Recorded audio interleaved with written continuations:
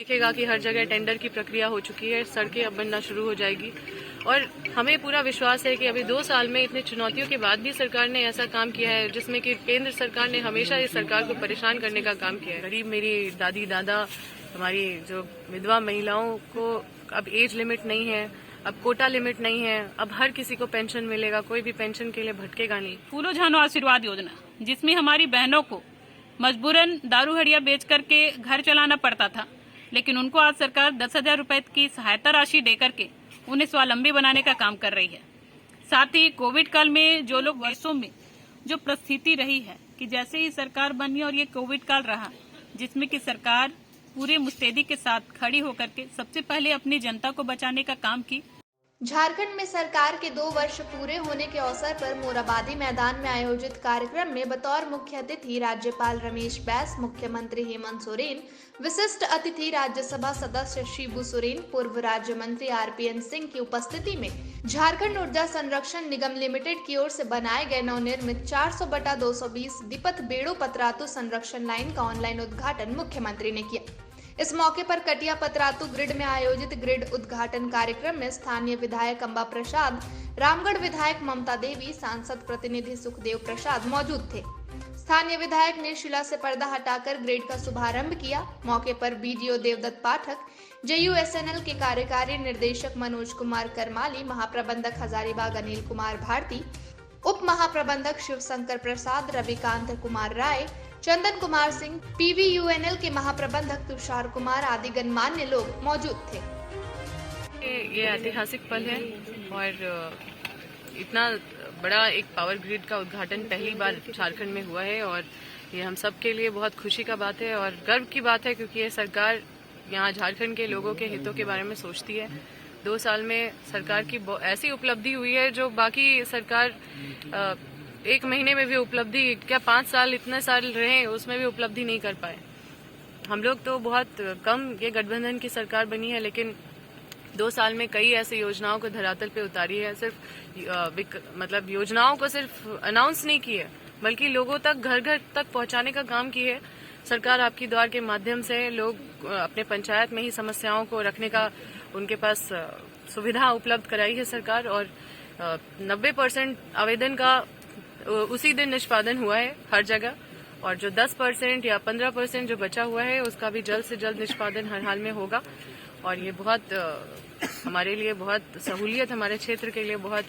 अच्छा रहा। और दूसरा चीज है कि पेंशन, गरीब मेरी दादी दादा, हमारी जो विधवा महिलाओं को अब एज लिमिट नहीं है, अब कोटा लिमिट नहीं है, अब हर किसी को पेंशन मिलेगा, कोई भी पेंशन के लिए भटकेगा नहीं। सरकार ने गरीबों के लिए, महिलाओं के लिए, बच्चों के लिए, युवाओं के लिए कई ऐसी योजनाओं को धरातल पे उतारा है। लोगों को प्रोत्साहन की राशि 50,000 से 5 लाख तक युवाओं के लिए उपलब्ध कराया है जो नया काम करना चाहते हैं। उसके लिए रोजगार सृजन योजना के तहत 50,000 से 5 लाख तक बहुत कम क्राइटेरिया में ही लोगों को आराम से, आसानी से मिल रहा है ये योजना का लाभ। उसके अलावा भी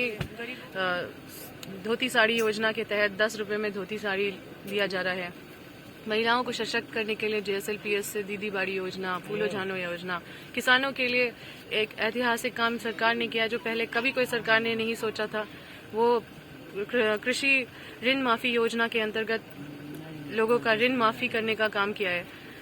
और कई ऐसे ऐतिहासिक काम किए हैं जो बहुत कम समय में किए हैं, वो भी ऐसे चुनौतियों भरे समय में किए हैं। कोविड के टाइम बहुत अच्छे से कोविड को संभाला। पूरे देश ने झारखंड के बारे में चर्चा किया है कि सबसे पहला ट्रेन, प्लेन भेज के प्रवासी मजदूरों को लाने का काम हमारी सरकार ने किया है।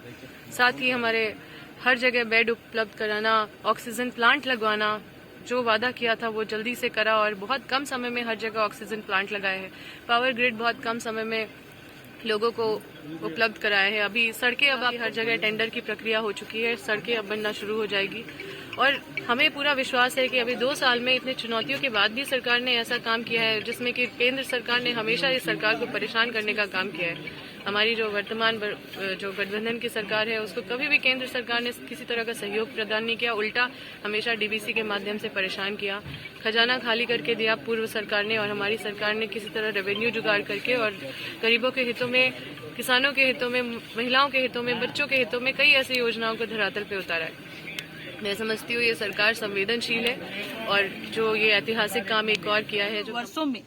जो परिस्थिति रही है कि जैसे ही सरकार बनी और ये कोविड काल रहा, जिसमें कि सरकार पूरे मुस्तैदी के साथ खड़ी होकर के सबसे पहले अपनी जनता को बचाने का काम की और उसके साथ ही साथ कई ऐसे विकास के कार्य हमारे राज्य में, हमारे जिलों में देखने को मिल रहा है, जिससे काफी लोगों को फायदा भी हो रहा है और कई बड़ी उपलब्धियां हैं हमारे सरकार की, जो कि अभी हम लोग तत्काल में देख सकते हैं। जो कार्यक्रम अभी चलाया गया पूरे राज्य स्तर पे, जो पंचायतों में जाकर के तमाम पदाधिकारी ग्रामीणों को सुनने का काम किए, उनकी समस्याओं का निदान करने का काम किए, वो कार्यक्रम आपके अधिकार, आपकी सरकार, आपके द्वारा कार्यक्रम चलाया गया। और इस कार्यक्रम के तहत कई सारी योजनाएं जो कि लाभुकों को जानकारी नहीं होती थी, जिसको जानकारी देने का काम किया गया। और एक जो योजना चली जो कि था आपका ये फूलो झानो आशीर्वाद योजना, जिसमें हमारी बहनों को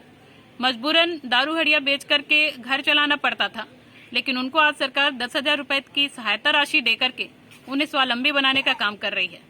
साथ ही कोविड काल में जो लोग बिल्कुल अभी सरकार इस विषय में भी डिसीजन बहुत जल्द लेने जा रही है और सभी लोगों का विचार चल रहा है, क्योंकि ये जो कार्यक्रम अभी चल रहा था आपका आपके अधिकार, आपके सरकार, आपके द्वार कार्यक्रम, इसको देखते हुए सरकार ने निर्णय लिया है कि बहुत जल्द एक मीटिंग करके सभी लोगों के साथ ये निर्णय लिया जाएगा कि पंचायत चुनाव बहुत जल्द इसकी